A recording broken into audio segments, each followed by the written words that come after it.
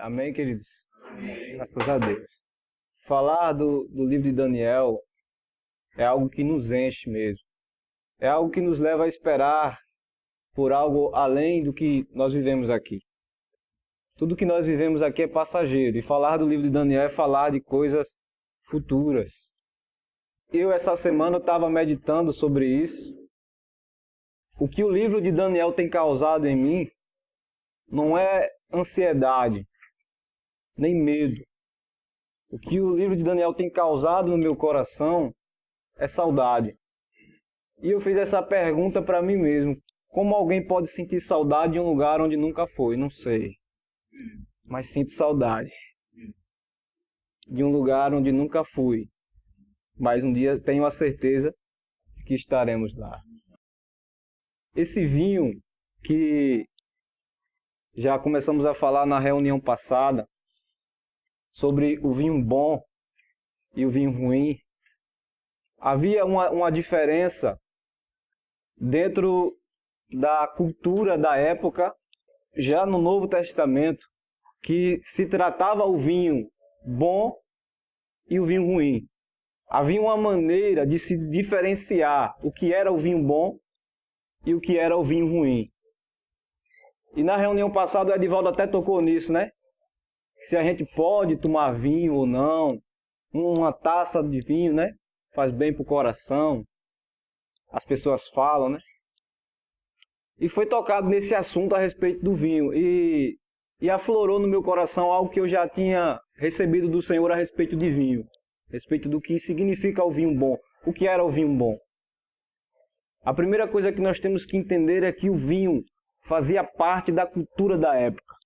É como o nosso arroz com feijão, faz parte da nossa cultura. Fazia parte da alimentação dos judeus, o vinho. Então, havia uma diferença entre o vinho bom e o vinho ruim. Qual era? O vinho ruim, ele era rejeitado pelos sacerdotes. Porque o vinho ruim era aquele que tirava o homem da sua sobriedade. Ou o vinho que embriagava. O vinho ele era produzido como uma pasta, muito grossa.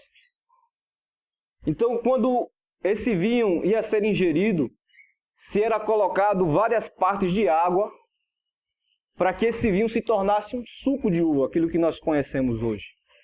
E para que o suco fosse realmente abençoado, fosse o vinho bom, como se chamava o vinho bom, ele tinha que ter de 4 a 7 partes de águas iguais.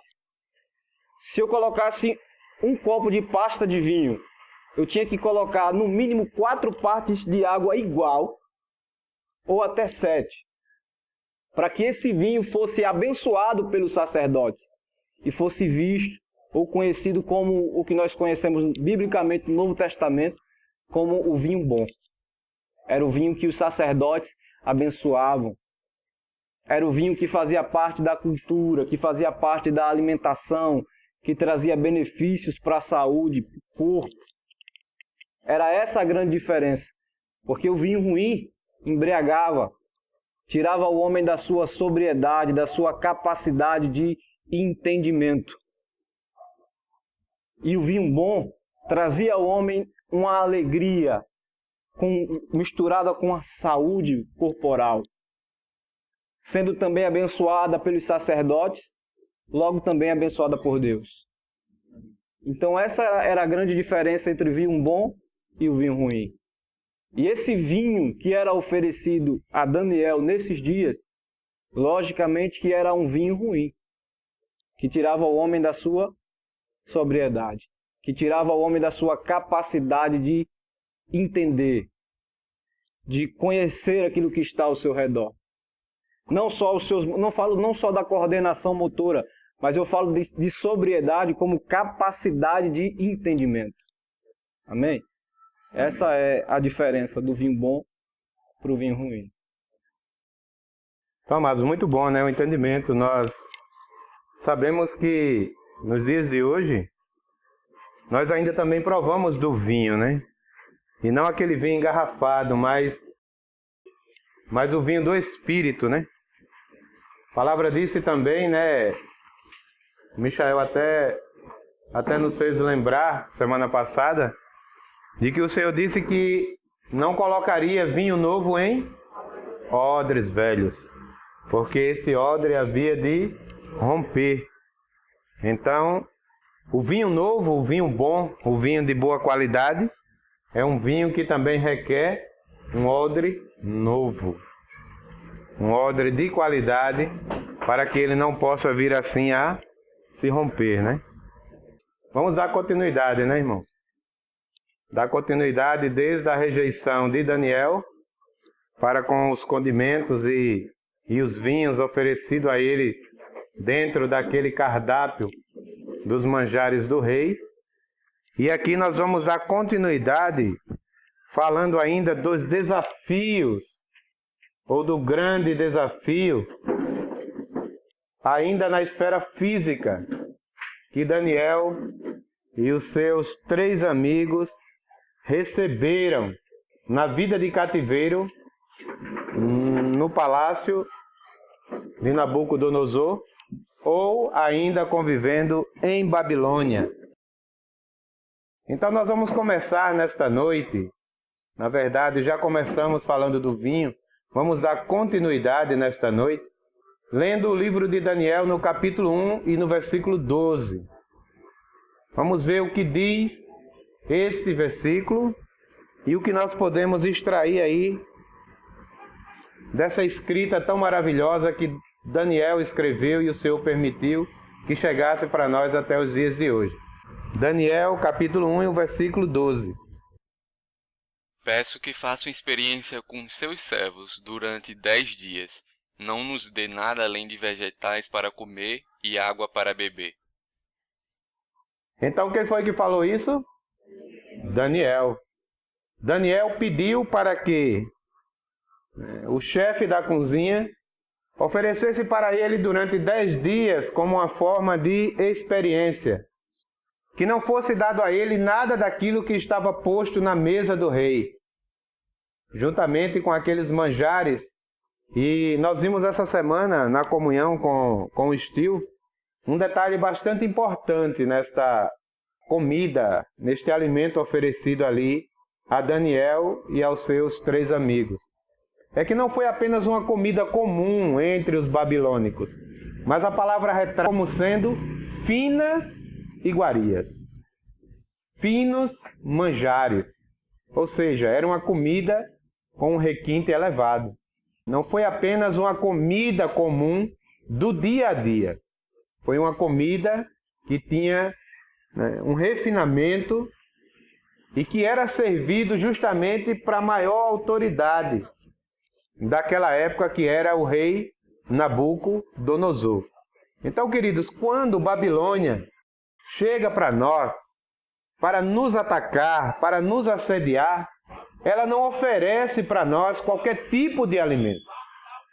Ela oferece para nós um alimento com um requinte de fineza, né? Com um requinte de superioridade, com um requinte aí de algo bastante elevado, fora do dia a dia. Então, o que é que acontece? Daniel e os seus amigos, eles pediram que tudo aquilo ali fosse rejeitado por eles e que fosse oferecido a eles apenas o quê? Vegetais, água para beber. Isso parece com alguma coisa que nós temos ganho esses dias, né? Cuidado com o corpo, né? Então, o propósito de Daniel ali era cuidar apenas do corpo. E ele rejeitou todas as iguarias ali que foi oferecido para ele, inclusive o vinho, que era um vinho de má qualidade, mesmo ele sendo, judeu ou hebreu, que já tinha prática de tomar o vinho, mas era o vinho bom, era um vinho que tinha algumas partes, ou 4 a 7 partes de água, para que se tornasse um vinho de qualidade. Tudo isso foi rejeitado e ele pediu apenas vegetais e água para beber. Irmãos, quando Daniel fez isso, juntamente com os seus amigos, ele estava colocando em risco a sua própria vida e a vida dos seus amigos.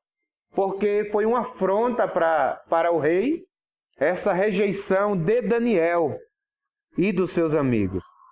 Mas o que estava no coração de Daniel e o que estava no coração dos seus 3 amigos era que seria melhor morrer do que desobedecer a Deus. Este era o lema que estava no coração desses 4 jovens, vivendo um grande desafio ali naquela terra de Babilônia. Querido, será que isso é o que está no nosso coração? Será que quando Babilônia vem oferecer os seus manjares para nós, será que nós temos esse lema firmado em nossos corações? É melhor morrer do que desobedecer a Deus? Ou será que nós, no nosso momento, né, de particularidade, onde ninguém está vendo, onde ninguém sabe, onde ninguém vai condenar, eu abro algumas concessões e acabo comendo dos manjares do rei e bebendo do vinho do rei, que embriaga, que tira a sobriedade e a temperança. Nós voltamos um pouco a entender que as histórias contadas nesses primeiros capítulos de Daniel servem para nos alertar, para nos posicionar e tomar atitudes para receber, né, a volta de Cristo, estando contido na igreja vitoriosa. Então, Daniel e seus amigos, eles colocaram em risco a sua vida, porque eles tinham como lema o quê? É melhor morrer do que desobedecer ao nosso Deus. Esse desafio de não se alimentar foi um desafio forte, mas ainda não foi o último desafio enfrentado por esses 4 jovens. Então, amados, vamos ver aqui, né? Vejamos agora Daniel, capítulo 1, versículo 7. O que é que a palavra diz? O chefe dos oficiais deu-lhes novos nomes. A Daniel deu o nome de Beltesazar, a Ananias de Sadraque, a Misael de Mesaque e Azarias de Abidnego.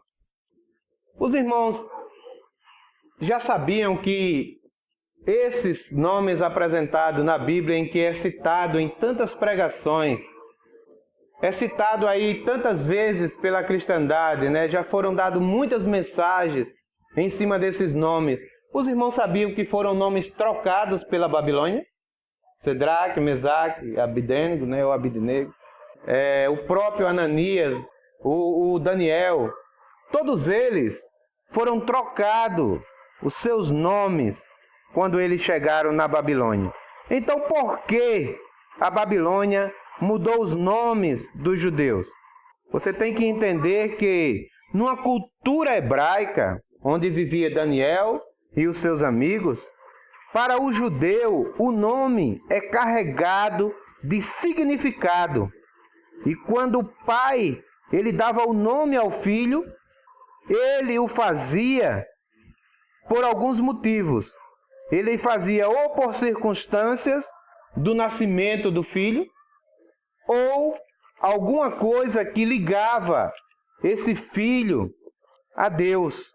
Era gerado uma expectativa que ele cria para esta criança, ou esse nome, que estava ligado diretamente com Deus, o Deus que ele servia.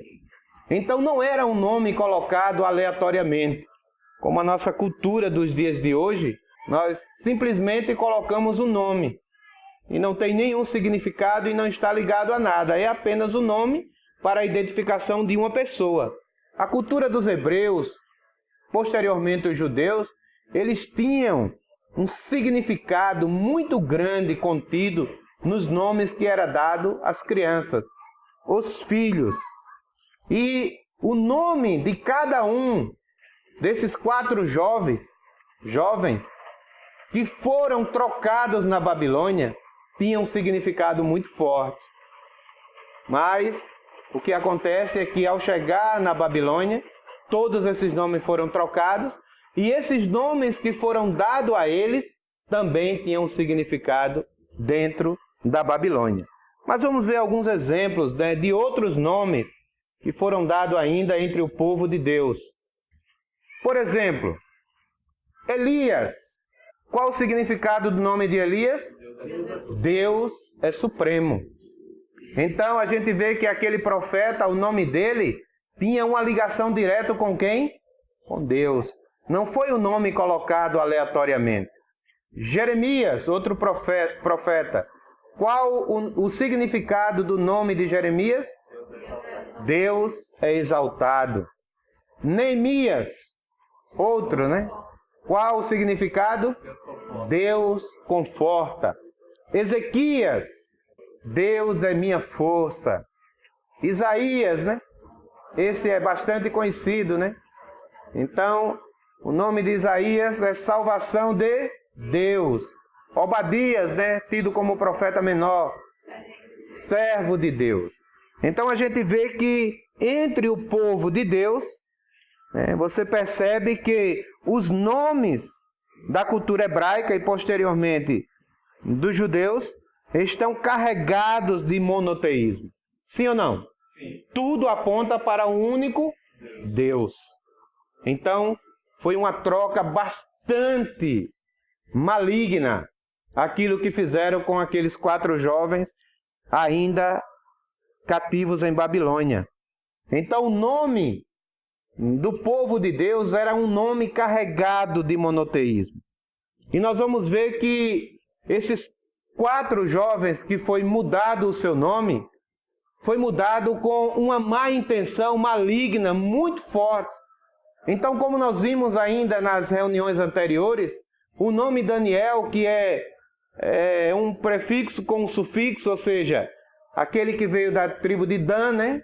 E El, que quer dizer Deus, Deus no singular. Então, Dan quer dizer o quê?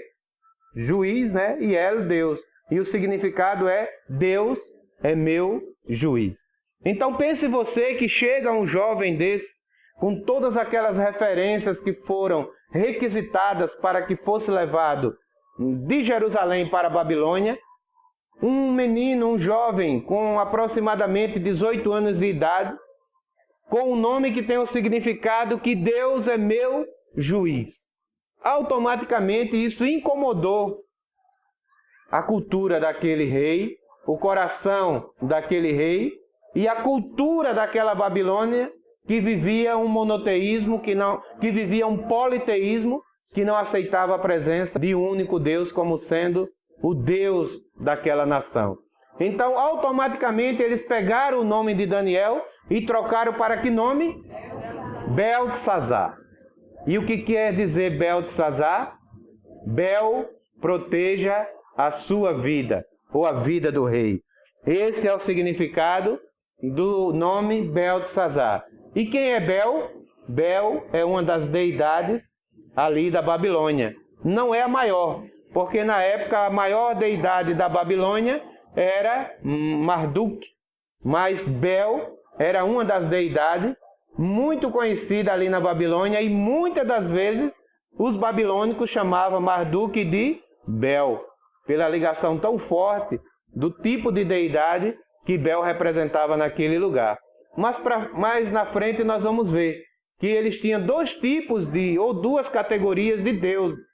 Tinha o Deus pessoal, que era aquele que cuidava da vida mais próxima, como se fosse o entendimento do anjo da guarda, e tinha aquele Deus mais distante, aquele Deus que eles não tinham acesso e precisavam levar presentes e sacrifícios a eles para que esses deuses pudessem ouvir e beneficiar suas vidas. Então, Bel é uma dessas deidades que era muito forte na cultura dos babilônicos, do qual o nome de Daniel foi mudado, foi transformado em Bel proteja a sua vida ou a vida do rei. Então a gente vê que Babilônia, quando ela se aproxima de Jerusalém, a primeira coisa que ela tenta fazer é mudar o quê? A identidade. Então, aquilo que representa algo relacionado a Deus, logo ela tenta mudar no homem, para que o homem passe a representar aquilo que está contido onde? Em Babilônia. Então nós vemos também o jovem Ananias, que foi cativo junto com Daniel para Babilônia. E o nome Ananias quer dizer o quê? O Senhor é bondoso comigo.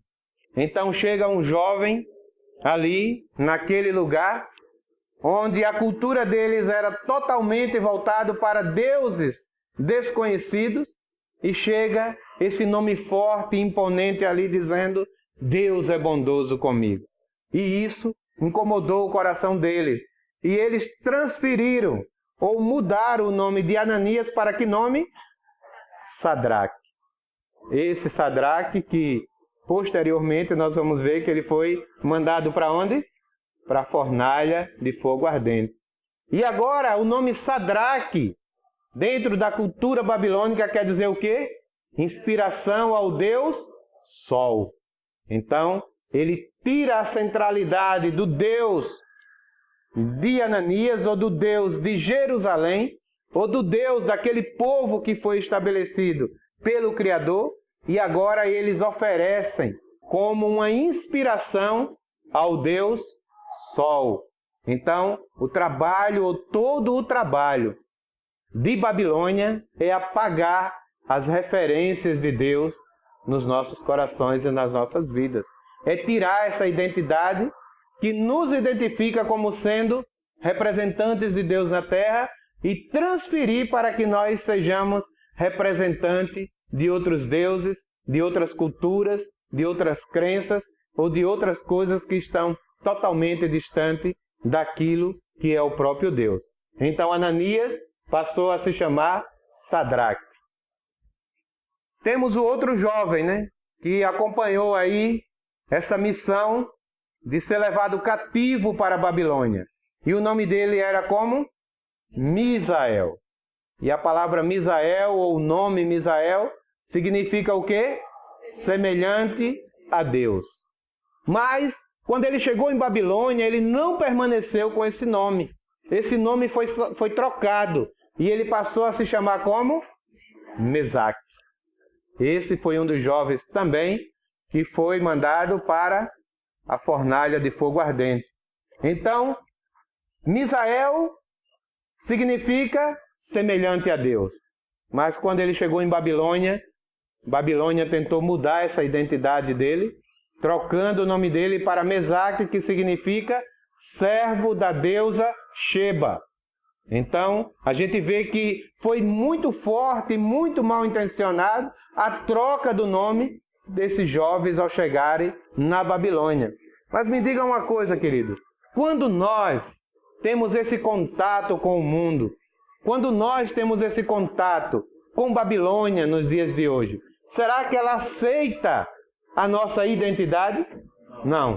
Ela não aceita a nossa identidade. Ela procura a todo custo mudar a nossa identidade. E isso é o que representa essa história contada dentro do livro de Daniel. É aquilo que aconteceu nessa época, mas aquilo que está acontecendo nos nossos dias. A Babilônia dos dias de hoje não é diferente da Babilônia dos dias de Daniel. Então, a mesma maldade que ela usava nos dias de Daniel, a mesma estratégia que ela usava nos dias de Daniel, é a mesma maldade e a mesma estratégia que ela usa nos dias de hoje. Então a gente vê que esse nome aí, que era Misael, passou a se chamar Mesaque. Aquilo que representava uma semelhança de Deus, passou agora a ser servo, adorador, representante da deusa Sheba. Olha para o significado, irmãos, como mudou, o significado do nome desses jovens quando eles chegaram ali na Babilônia. Então, ainda tem outro nome, Outro nome que foi trocado. Qual era ele? Azarias. Azarias também estava nessa comitiva desses 4 jovens que foi levado juntamente com alguns outros e alguns utensílios do santuário para Babilônia. E o nome Azarias significa o quê? O Senhor é o meu ajudador. Irmãos, que nomes eram esses, como nós estamos assim, tão distantes ainda de nos preocupar com esses detalhes que faz um significado enorme. Nós, de certa forma, ainda colocamos nome pela beleza e não pelo significado. Isso é um ponto que deveria ser revisto, refletido, né, em nós, né? Então, Azarias, que significa o Senhor é o meu ajudador, foi trocado para que nome? Abednego. Aquele outro que foi também enviado para quê? Para a fornalha de fogo ardente. E Abednego significa o quê? Servo do Deus Nebo. Então, esse nome, irmãos, tem todo um significado oposto, antagônico, daqueles nomes que foram trazidos com ele, juntamente com a cultura ou com a fé e a crença de Jerusalém. Então, queridos, não adianta remar contra a maré. Quando nós deixamos que Babilônia nos alcance, nós perdemos a nossa identidade. Nós perdemos. Quem lembra da palavra que nós ganhamos sobre identidade e identificação? Amém. Então, quando nós chegamos em Babilônia, a primeira coisa que ela faz ou tenta fazer, proporcionar para nós uma identificação, tirando de nós assim a nossa identidade. Então, a gente vê que não foi por acaso que esses nomes foram trocados. Então, quando essas pregações, é feita fazendo ênfase em cima de Sadraque, Mesaque e Abednego, nós estamos mencionando essas pessoas como elas tendo a identificação daqueles que foram trocados pela cultura da Babilônia. E, na verdade, eles não conseguiram trocar. Eles mudaram apenas aquilo que era exterior. Eles tentaram, irmãos, anular com suas identidades. Eles tentaram a todo custo forçar a sua identidade. Então, Marduk ainda era um dos deuses que era venerado pela Babilônia e tudo estava girando em torno da sua adoração. Eles pegaram o nome de Ananias, pegaram o nome de Daniel, pegaram o nome de Azarias, pegaram o nome desses jovens e tentaram com isso mudar a sua identidade, mudar a sua cultura, mudar a sua fé. Então, o nome está ligado à identidade entre o povo de Deus. Queridos, então, muitas vezes nós nos omitimos de expressar para as pessoas aquilo que nós somos. Para quê? Para que não seja deselegante. Na faculdade, não é elegante dizer que somos cristãos, que somos igrejas. Por quê? Porque vai soar como os caretas, os incapacitados de pensar, Como aqueles que são alienados. Então nós acabamos trocando o nosso nome por qualquer nome que Babilônia queira nos dar. Queridos, com que nome? Ou qual a identidade que Babilônia tem reconhecido você no seu dia a dia?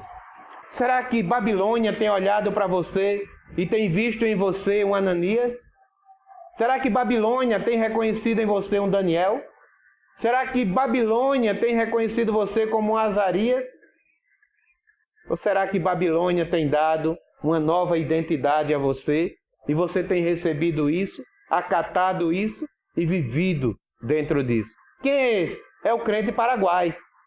Quem é esse? Não, é um crentinho. Ele diz que é crente, mas faz isso, faz aquilo. Ou seja, se alimenta dos manjares do rei e acaba recebendo com isso o quê? Uma nova identidade, um novo nome.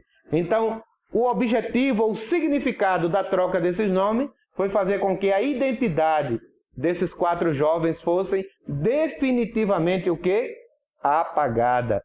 Definitivamente trocada, mudada, mas essa ainda é uma das grandes estratégias de Babilônia. Então, como esses jovens responderam a esse desafio, ao desafio mental ou cultural, ao desafio físico e ao desafio espiritual, tudo isso já está contido nas referências que nós lemos anteriormente. Daniel 1, 19 ao 20, fala de como foi a reação dele mediante ao desafio mental. Daniel 1, 12, 15 e 16 está contido como eles responderam ao desafio físico. E em Daniel 1, 17 e 21 está contido como eles reagiram, como eles corresponderam ou responderam ao desafio espiritual. Eles tentaram anular com suas identidades, tentaram fazer com que eles desistissem ou mudassem a sua fé. Então você percebe que aqueles jovens foram totalmente forçados a mudar aquilo que eles tinham como convicção. Eles foram envolvidos num grande conflito, em um conflito mental, um conflito físico e um conflito espiritual. Amados, nós nos dias de hoje não somos diferentes. Todos os dias nós somos também testados em vários tipos de conflito. A diferença é que muitas das vezes nós recebemos uma outra identidade com muita facilidade. Por quê? Porque é mais cômodo, é mais fácil. Quando você é confrontado e você desiste daquilo que você é para agradar o ambiente ou a sociedade onde você está convivendo. Mas esses jovens, eles não fizeram isso. E nós vamos ver que o resultado foi muito positivo, muito inspirador, a maneira como a qual eles trataram com esses desafios que foi lançado para ele. Esta foi a conclusão do rei a respeito dos 4 jovens que acabaram de passar pelos desafios. Então, como foi dado o resultado desse desafio? Vamos ver lá? Daniel 1,18. Ao final do tempo estabelecido pelo rei para que os jovens fossem trazidos à sua presença, o chefe dos oficiais os apresentou a Nabucodonosor. Então, 19. O rei conversou com eles e não encontrou ninguém comparável a Daniel, Ananias, Misael e Azarias, de modo que eles passaram a servir o rei. Então, o que foi que aconteceu aí? Depois dos 10 dias que eles pediram, se alimentando apenas de quê? De legumes e de água. A única coisa que eles comeram durante esses 10 dias foi legumes e água. E esse desafio se estendeu. E chegou o fim desse tempo de treinamento ou de desafio para esses 4 jovens. E agora, o resultado foi esse. Ele foi pedido para que fosse trazido eles para a presença de quem? Do rei. E o que foi que aconteceu? Não encontraram nele nenhuma falha, nenhuma falta. Vamos ver o que a palavra diz aqui, E ao fim dos dias, que dias foram esses? Os dias de desafio desses jovens. Depois dos quais o rei tinha ordenado que fossem apresentados, o chefe dos eunucos os apresentou diante de Nabucodonosor, o grande rei, da época em Babilônia. Então o rei conversou com eles. O rei teve uma entrevista com eles. O rei teve um bate-papo com eles, O rei chamou eles para uma conversa pessoal.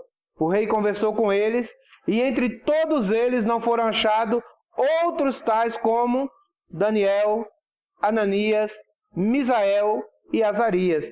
Por isso ficaram assistindo diante do rei. Então o que aconteceu aí, irmãos?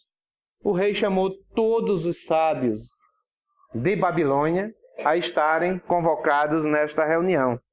E entre eles foi chamado esses 4 jovens. E depois deles terem comido apenas legumes e água, não tocou nada dos manjares do rei, ele não se contaminou com aquilo que o mundo oferecia para eles. O rei chamou ele para uma conversa em particular. Será que quando Cristo voltar nas nuvens, não vai ser um pouco parecido com isso? Nós não vamos ser chamados para uma conversa particular? Será que nós não vamos ser tirados da terra ao seu encontro nos ares, e lá ele vai ter uma conversa particular conosco, onde alguns vão dizer: mas Senhor, eu não expulsei demônios. Mas Senhor, mas eu não curei em teu nome. E ele vai dizer: não, eu não te conheço. Onde ele vai dizer para outros: vinde bendito de meu Pai, possuí por herança tudo o que está preparado para ti desde a fundação do mundo. E ali listar uma série de atitudes que eles tiveram, ou que nós tivemos, diante das circunstâncias e das situações. Então, parece que essa história aí está bem parecida com algo que vai acontecer com a igreja daqui a uns dias. Então, o rei conversou com eles, e entre todos eles, não foram achados outros, tais como Daniel. E ali, entre todos aqueles homens que estavam presentes nesta reunião, onde eram as cabeças mais pensantes da terra naquela época, os homens mais inteligentes da terra estavam ali juntamente com ele, mais Daniel, mais Ananias, Misael e Azarias, era muito mais inteligente, muito mais forte, muito mais sábio, muito mais obediente do que eles. Era melhor, e no final desse desafio, os 4 viveram na presença de Nabucodonosor. E Nabucodonosor, o rei de Babilônia, passou a tê-lo como seus assessores e servo pessoal, né? Este foi a conclusão que foi dada ao desafio desses 4 jovens nessa primeira etapa, no que se diz respeito ao desafio mental, ao desafio físico e ao desafio o quê? Espiritual. Então essa foi a conclusão do rei, né? O que é que diz aí? Passado os 10 dias, eles pareciam mais saudáveis e mais fortes do que todos os jovens que comiam a comida da mesa do rei. Epa! Que maravilha, né? Quando se passaram os 10 dias que eles foram ser apresentados ao rei, eles pareciam como? Mais saudáveis e mais fortes do que todos os jovens que comiam a comida de quem? Da mesa do rei. Então tiveram outros jovens que se esbaldaram, queridos, nos manjares do rei. Então a gente vê que não é uma questão de porque apenas era Daniel, apenas era Ananias, apenas era Azarias, apenas era Misael. Não, é porque esses 4 jovens, eles tinham um propósito no seu coração. Eles tinham uma firmeza naquilo que eles acreditavam. Queridos, aí está se tratando de jovens. Não eram pessoas maduras como os profetas e tantos outros que Deus já chamou durante a sua caminhada com uma maturidade de mente, não. Jovens de aproximadamente 18, 19 anos de idade. Mas o que foi que eles fizeram? Eles foram firmes naquilo que eles acreditavam, naquilo que eles criam. Eles não usaram do subterfúgio de que eram adolescentes, jovens, pessoas imaturas. Não. Ele tinha firmeza naquilo que ele cria. E, ao passado dos 10 dias, eles foram apresentados como pessoas mais fortes do que todos os jovens que comiam da comida dos manjares do rei. Quantos dias foram esse teste? 10 dias. Né? Esse foi o primeiro teste. E a palavra, né, aqui ela não descreve essa linguagem aí, não descreve, mas a palavra diz que eles foram elevados 10 vezes mais em inteligência e sabedoria do que todos os reis e todos os magos e todos, né, sábios da terra naquela época. Então, para cada dia, Deus aumentou um dia em sabedoria. E quando ele foi ter com o rei, ele estava 10 vezes mais sábio, né, aumentado na sabedoria diante de todos aqueles que eram tidos como os mais inteligentes da terra naquele momento. Em relação a quem? A todos os sábios da Babilônia. Sabe quem eram os sábios da Babilônia naquela época? Os homens mais inteligentes da terra. Mas Daniel e seus amigos eram 10 vezes mais inteligentes do que eles. Esse, irmãos, é o resultado de quem de fato se prostra diante da obediência àquilo que Deus tem como proposta para nós. Então vamos ver? Daniel aí, o que é que ele diz? O rei lhe fez uma pergunta, ou perguntas, sobre todos os assuntos que exigiam. Pense na sabatina que foi essa reunião aí. O rei fez o quê? Perguntas sobre todos os assuntos que exigiam. Que exigiam o quê? Sabedoria e conhecimento. E descobriu que eram 10 vezes o quê? Mais sábios do que todos os magos e o quê? E encantadores da terra de Babilônia.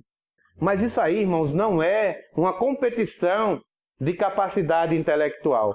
Isso aí mostra o caminho da obediência.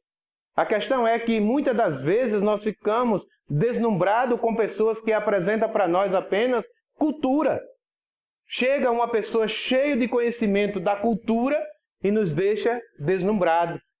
E nós acabamos que abrindo concessão para comer daquele alimento e nos tornar assim fracos como aqueles que comeram dos manjares do rei.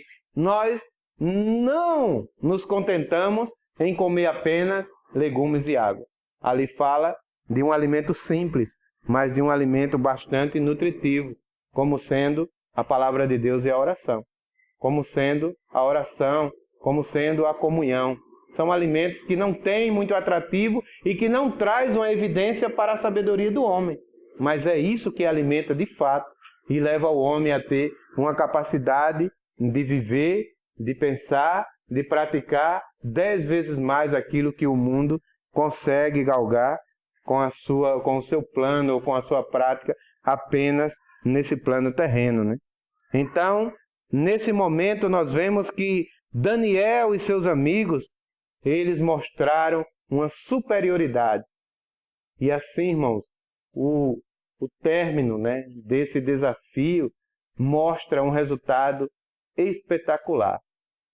Queridos, não importa o que nós estamos vivendo apenas nos dias de hoje. O nosso plano não é para agora. Nós estamos falando e vamos ver muito mais dentro do livro de Daniel, como o Michael falou, que Daniel é para um tempo futuro, que nós já devemos desde agora conservar nos nossos corações a saudade de estarmos juntamente com o nosso amado Senhor naquele grande dia, no milênio e depois definitivamente. Então, Daniel, ele termina o capítulo 1 com o seguinte resultado. Daniel 1:21. Encerrando esse primeiro capítulo, ele diz da seguinte forma: Daniel permaneceu ali até o quê? Até o primeiro ano de quê? Do rei Ciro. E aqui acaba o primeiro capítulo. Daniel permaneceu ali até o primeiro ano do rei Ciro. Quem era o rei Ciro? Os irmãos sabem quem era? O rei Ciro era o líder da Medo-Persa. A Medo-Persa é o império que derrotou Babilônia. Então, quando acabou esses desafios com Daniel, foi quando também acabou o reinado do rei Nabucodonosor, entrando ou começando assim o legado, né, do Império Medo-Persa. Então, queridos, a partir da próxima reunião, nós já vamos entrar nesse detalhe de como foi a sucessão desses impérios que vieram após Babilônia. Porque o Império Medo-Persa aí, ele começa com o rei Ciro e ele traz com isso a derrota para a Babilônia. Então, a partir do próximo capítulo, nós vamos ver já a queda de Babilônia, né? Lembra que lá em Apocalipse diz o quê? Caiu. Então, essa primeira Babilônia física, ela vai cair agora, quando chega o reinado dos Medo-Persa, sendo liderado pelo rei Ciro. Então, Daniel permaneceu porque foi o quê? Fiel a Deus. Então, queridos, nós não vamos permanecer apenas porque estamos contidos numa religião. Nós não vamos permanecer apenas porque temos o nome de crente, de cristão ou qualquer outro nome. Nós só vamos permanecer se nós formos o quê? Fiel a Deus. A maneira pela qual esses 4 jovens chegaram até o final desses 3 desafios foi porque eles foram o quê? Fiel a Deus. Então, não se engane de que estar contido, inserido num grupo religioso vai levar com que nós ou vocês sejam vencedores e cheguem até o final do desafio. Eles só conseguiram porque eles foram fiel a Deus. Então, veremos a partir de então a queda de Babilônia e os reinos que sucederam até os dias de hoje, com suas ascensões e também com as suas quedas. Então, na próxima reunião, nós vamos tratar disso. E nós vamos ver muita coisa ainda, querido. Nós vamos ver ainda a história da estátua, do sonho, daquela estátua aterrorizante que foi o sonho de Nabucodonosor. E nós vamos ver ainda muitas outras coisas dentro ainda desse período histórico que é relatado nos 6 primeiros capítulos do livro de Daniel. Mas hoje nós podemos ver como encerrou esse desafio que foi vivido por esses 4 jovens, chamados Daniel, Misael, Azarias e Ananias. Nós podemos ver que todos eles foram fiel a Deus e por isso chegaram até o fim. E deixa um legado para nós. Babilônia todos os dias nos oferece vinho, condimentos e manjares. Então o que é que nós precisamos fazer? Permanecer fiel a Deus. Não se engane, querido. Nós não vamos ter uma pessoa ao nosso lado que vai estar nos monitorando para dizer o que nós devemos ou não devemos fazer. Esses 4 jovens estavam numa terra totalmente distante. Tentaram contra eles acabar com a sua cultura. Tentaram contra eles acabar com a sua identidade. Tentaram contra eles acabar com a sua fé. Mas eles permaneceram fiel a Deus e o resultado foi esse. Eles permaneceram ali até o 1º ano do rei Ciro. Ou seja, até o fim de Babilônia. Até acabar o desafio de Babilônia. Até acabar a opressão de Babilônia. E isso tem muito a ver, se nós pegarmos essa palavra, nós vamos lá para Apocalipse e diz o quê? Aquele que perseverar até o fim será o quê? Salvo. Então, Daniel aí, ele repete o que a igreja, o que vai acontecer com a igreja lá no fim dos tempos. Lá, na verdadeira data ou época, o tempo da volta do Senhor. Mas o segredo é aquele ali, obedecer ao Senhor. Daniel permaneceu ali até o 1º ano do rei Ciro, porque eles obedeceram ao Senhor. Amém? Então, queridos, vamos pegar essa palavra e vamos comer ela. Esses dias, leia Daniel, pegue essa palavra e se alimente dela. Isso, irmãos, vai formar uma base em nós, para nós todos os dias rejeitar os manjares do rei. As finas iguarias do rei. Pense que é comida ruim, não.